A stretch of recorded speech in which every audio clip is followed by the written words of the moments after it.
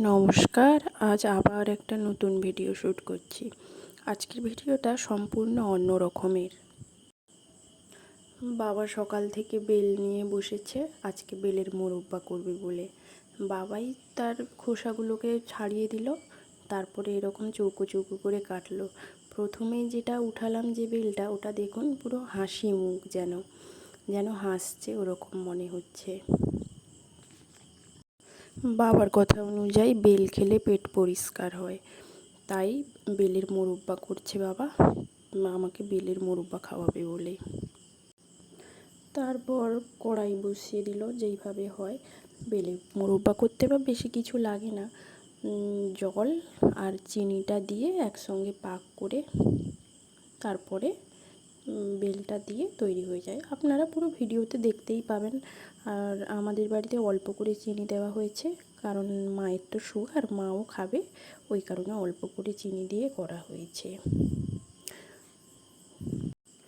যেদিন বেলের মোরব্বাটা করা হয় সেদিন কি বৃষ্টি।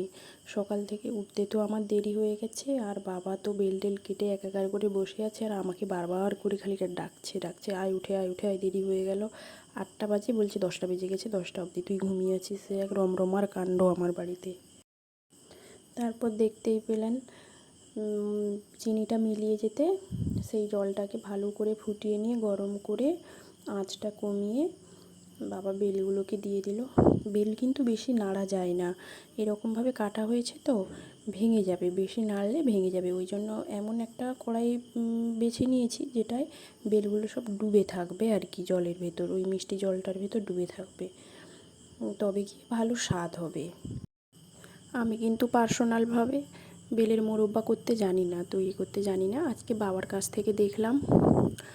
আর আমার কিন্তু বেল খেতে খুব একটা ভালোও লাগে না, কিন্তু ওই যে যেটা ভালো লাগে না সেটা তো শরীরের পক্ষে ভালো, তাই খেতে হয় কষ্ট করে। বাবার কথা অনুযায়ী খাই, কি জানি শরীরের যে কি উপকার হয়, বাবা খালি বলে উপকার হয়। তারপর দেখতেই পাচ্ছেন এইভাবে বেলটা পুরোপুরিভাবে ফুটা শুরু হয়ে গেছে, ফুটছে।